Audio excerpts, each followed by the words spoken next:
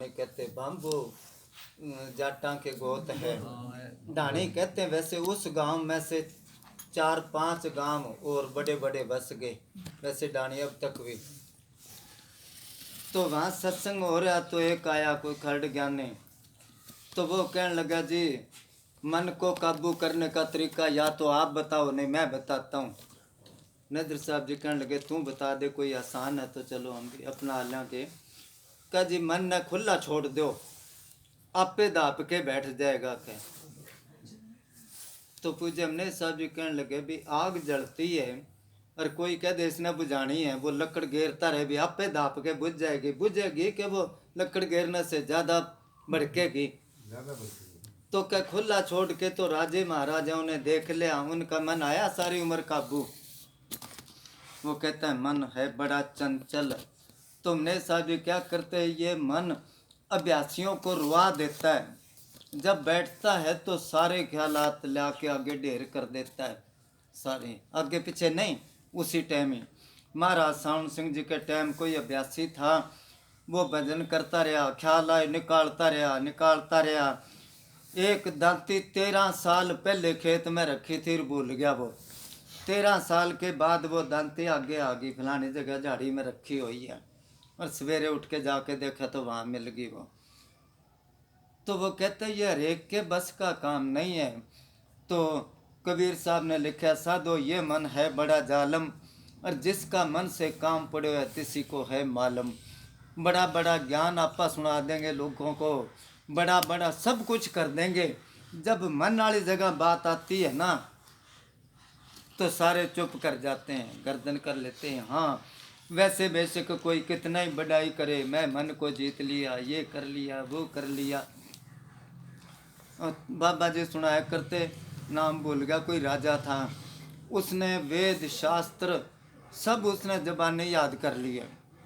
फिर सब ऋषि मुनि बुला के कहने लगा भाई या तो मेरे साथ शास्त्रार्थ कर लो, वेदों के बारे में ज्ञान गोष्ठ कर लो, बहस कर लो, और या मेरे को ब्रह्म मान लो, नहीं लड़ाई कर लो मेरे साथ। अब ऋषि मुनियों ने कहा भाई लड़ाई इसके साथ कर नहीं सकते, ब्रह्म इसको मान किस तरह लिया, मन काबू नहीं आया, ज्ञान में भी पूरे नहीं आ सकते क्योंकि सब कुछ जबानी याद है। उन्होंने क्या भी किस तरह खड़ा चुनावा। उन्होंने चालाकी खेली कि हमारा एक मुखिया है, जो वो फैसला कर देगा वो हमें मंजूर है। बताओ मच्छंदर उस टाइम पर पहाड़ों में कितने गुफा में बैठा था समाधि लगा के। उन्होंने सोचा उसके पास भेज देते हैं, ये जाके उसको उठाएगा और उसकी क्रोध की अग्नि से ये भस्म हो जाएगा।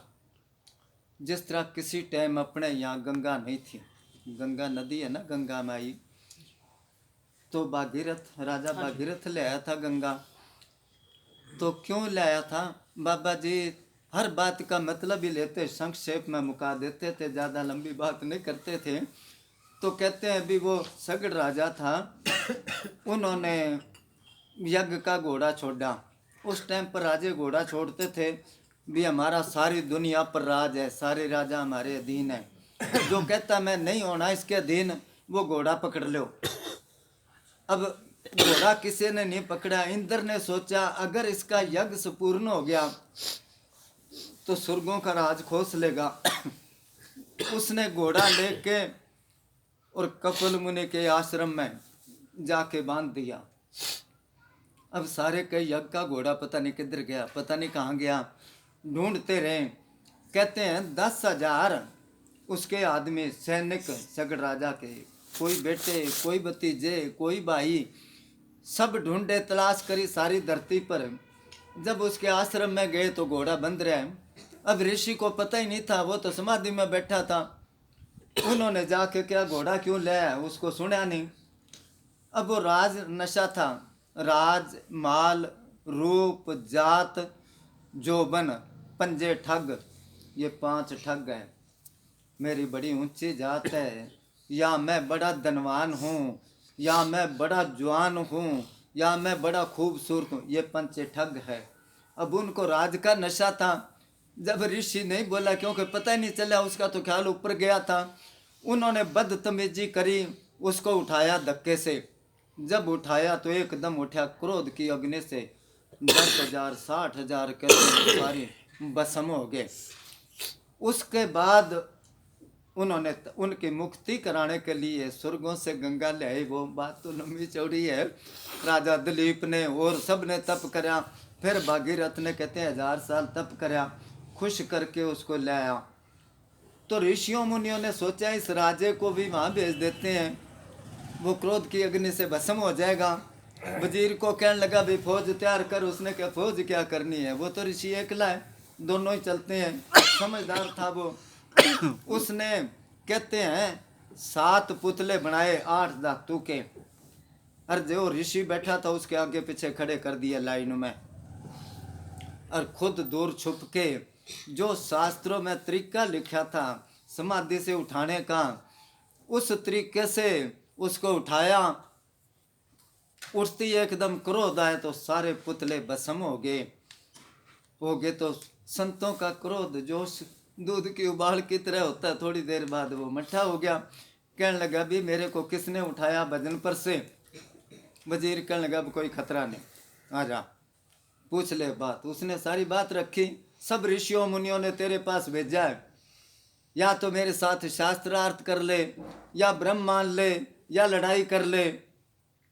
वो कहने लगा राजा मैं तो एक दुश्मन के डर से यहाँ छुप के बैठा हूँ कि मैं तेरे साथ शास्त्रों के बारे में उन्हें सारा। कहने लगा पता नहीं कितनी मुद्दत होगी तेरे को बैठे, इस टाइम मेरा राज है, बता कौन दुश्मन है, मार के लाऊं तेरे आगे। वो कहने लगा तेरे जैसों को तो फूंक मार के उड़ा देता है। जब करी सिफत उसने, राजा को गुस्सा आ गया, अभी ऋषि या तो नाम बता, मार के तेरे आगे लाऊंगा, नहीं तेरे को मुंह नहीं दिखाऊंगा। कहने लगा पक्की बात कर, इकरार कर के पक्का इकरार है कि वो मन तेरे अंदर बैठा है, जब काबू आ जाए ना मेरे पास आ जाना, सब कुछ मानने के लिए तैयार हूं।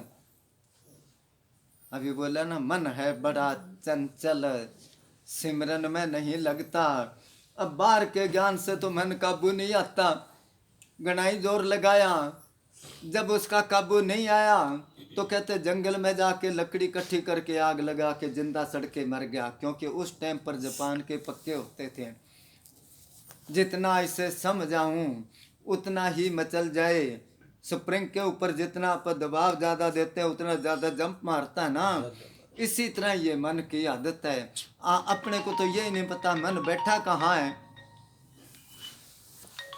तो जब यही नहीं पता तो फिर अपा उसका किस तरह इंतजाम करांगे, कैसे उसको काबू करांगे, पता ही नहीं ना। कबीर साहब ने कहा इस मन को कोई खोजो भाई, तन छूटे मन कहाँ समाई। जब आदमी मरता तो आत्मा और मन कहाँ जाता है किसी को पता नहीं, किसी को पता नहीं। हाँ जी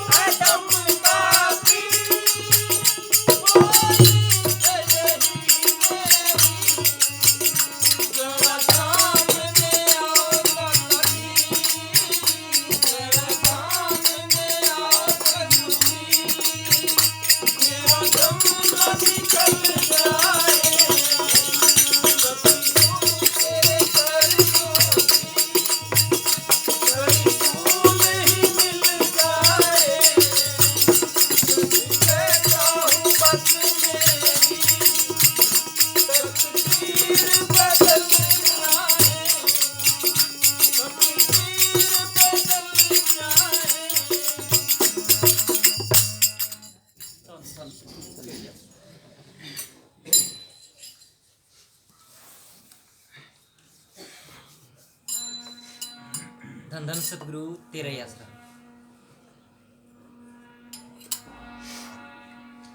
धन धन सतगुरु तेरा आसरा।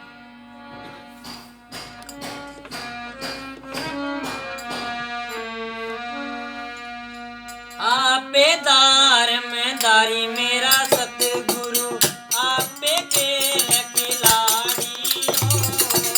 आपे दार में दारी, आपे दार में दारी मेरा सतगुरु, आपे खेल खिलाड़ी हो। आपे दार में दारी।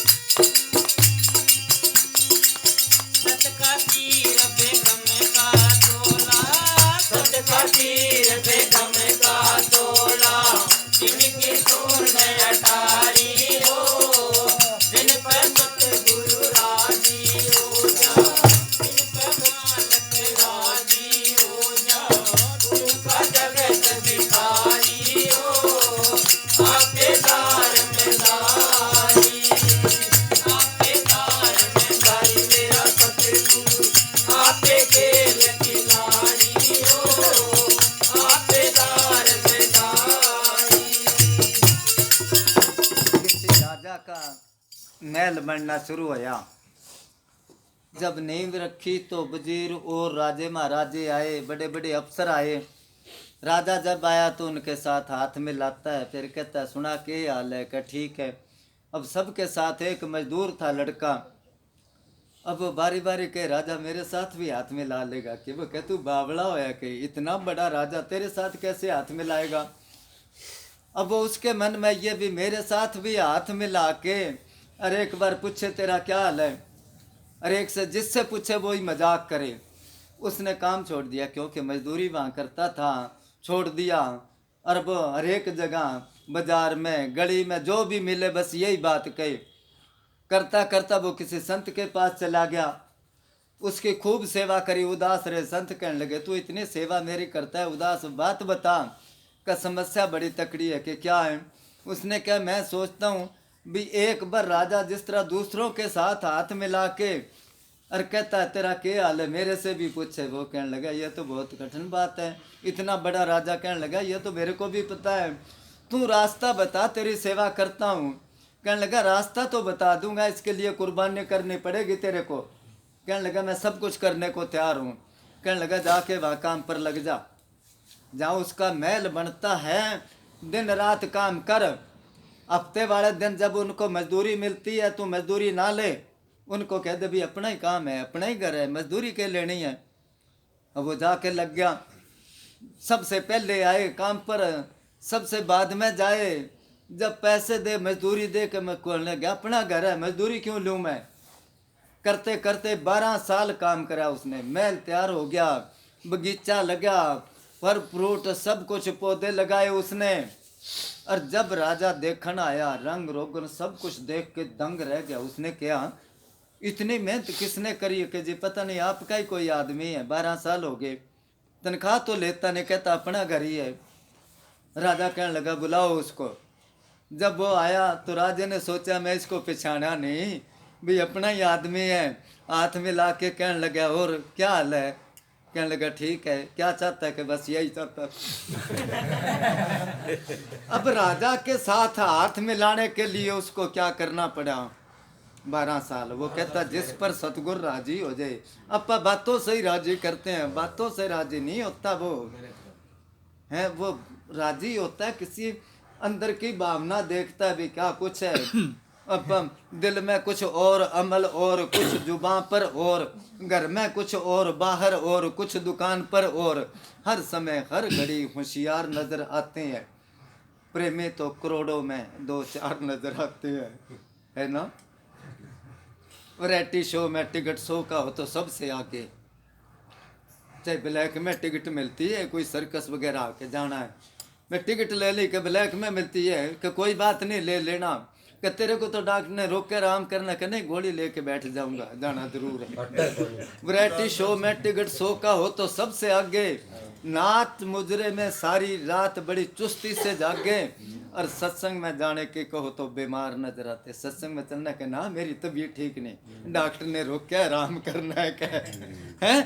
तो फिर सतगुरु ऐसे राजी कैसे होएगा। नहीं नहीं, लहू गरीब का चूसा खरीदी कार, अगर नहीं कमाई पसीने की है सरकार, अगर तो कार में बैठे भी बेकार नजर आते हैं। तो कुल मिला के सतगुरु को जिन्होंने खुश करा उन्होंने परवाह नहीं करी। सप्पा बाढ़ समुद्र कर, शेरा पे बुकन, जे जम होवे पहरू ता प्रेमी ना रुकन। वो उस टाइम उग्रवादियों का बड़ा जोर था। डबाड़ी से साइकिलों पर आते प्रेमी, दूसरे तीसरे दिन उग्रवादी मिल जाते उनको रास्ते में, पकड़ लेते, क्या आज तो बच गए भाई, तड़का को नहीं आवा। और अगले दिन फिर भाजते। वो आते ही मैनेजर साहब जी खड़े होते गेट में, हाँ भाई सर्दी चाहे इन्होंने चाह पिलाओ भाई, हैं सर्दी तो नहीं लगी। और बैठते वो सब कुछ ही बुला देते थे।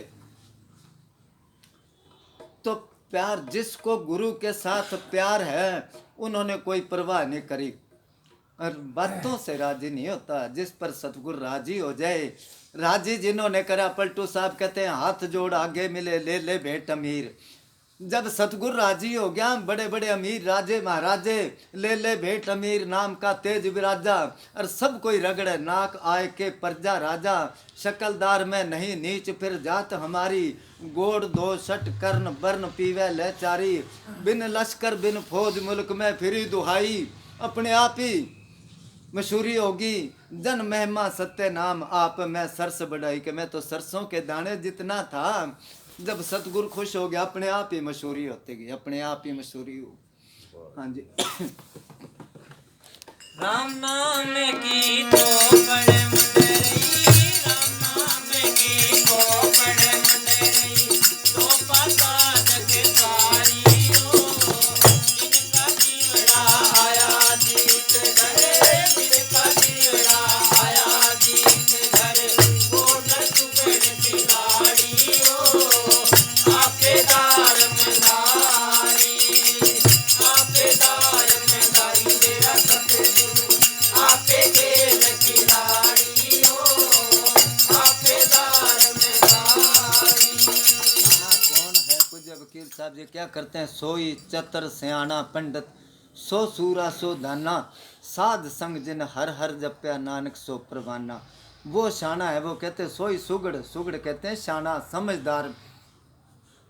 तो कहते जिनका जीवड़ा आया जीत कर, आप तो सारे हार के गए, पूंजी हार के कितना खजाना इकट्ठा करया है।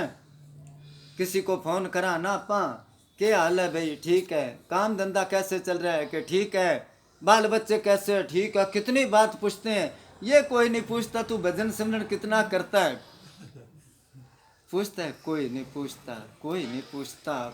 ये पूछना जरूरी है, थोड़ी बहुत तो लानत लगेगी ना, याद आएगा। अगर आप इस तरफ ध्यान मारा तो बिल्कुल नीला जीरो यहाँ इस रास्ते में। सोचा कदे नाम मिले सोबत मिलती है, कितनी की तरक्की करी। पूजन ने साहब जी तो हमारे को लड़ते ना साधुओं को इकट्ठे करके, तो फिर कहते हैं कितने की तरक्की करी बताओ। तरक्की करी तो बता रहे खाली के खाली। तो कुल मिला के शाना तो वो ये 100 दिन सुकड़ के लाड़ी हो, जिनका जीवड़ा वो जीत के जाते हैं। उन्होंने क्या, कबीर साहब कहते हैं अब तो जाए चढ़े हैं सिंहासन, मिले हैं सारंग पानी। राम कबीरा एक बेया है, एक हो गए एक मिक हो गए, को ना सके पहचानी। पानी की बाल्टी भर के लाते हो नहर में, वो पानी वापस बाल्टी गिर दो उसमें, वही पानी निकाल के दिखाओ, एक मेक हो गया ना। इसी तरह आत्मा परमात्मा का रूप बन गए, वो सुगड़ खिलाड़ी है। बाका पर सारे अनाड़ियाँ समझो। हाँ जी। अगम लोक का किया लोक का किया के आया, घोड़े सवारियो, कबीर सुनो भाई साधो, कबीर सुनो भाई साधो, अब के जीत हमारी हो, आपे दार में दारी, आपे दार में दारी मेरा सतगुरु, आपे खेल की दारी हो, आपे दार में दारी। रमेश ने हाँ काढून देऊ काढून देऊ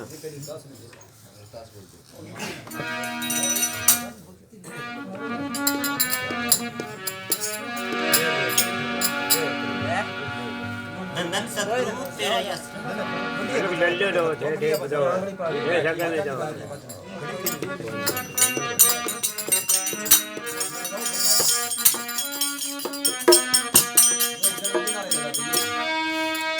नंदन सतगुरु तेरा यश तेरा सब दुनिया ते सोना है दरबार बाबा, तेरा सब दुनिया ते सोना है दरबार बाबा जी, तेरा दरबार बाबा जी, तेरा दरबार बाबा जी, तेरा दरबार बाबा जी, तेरा दरबार बाबा जी, तेरा सब दुनिया ते सोना है दरबार बाबा जी।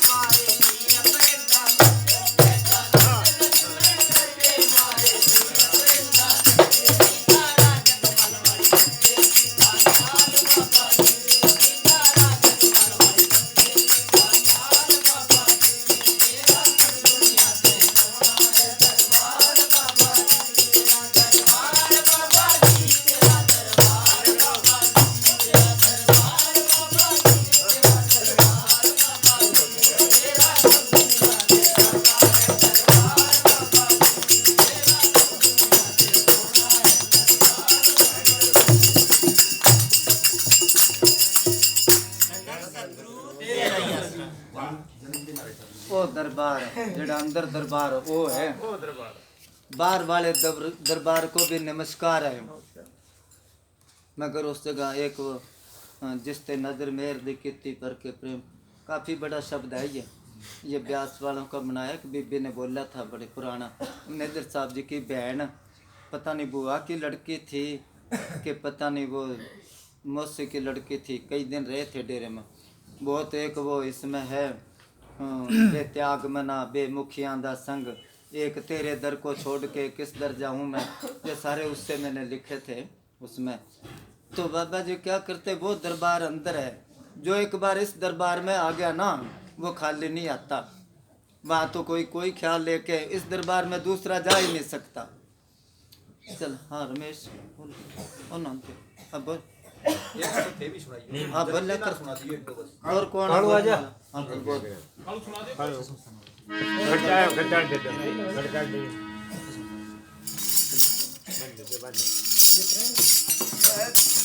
गुरु तेरे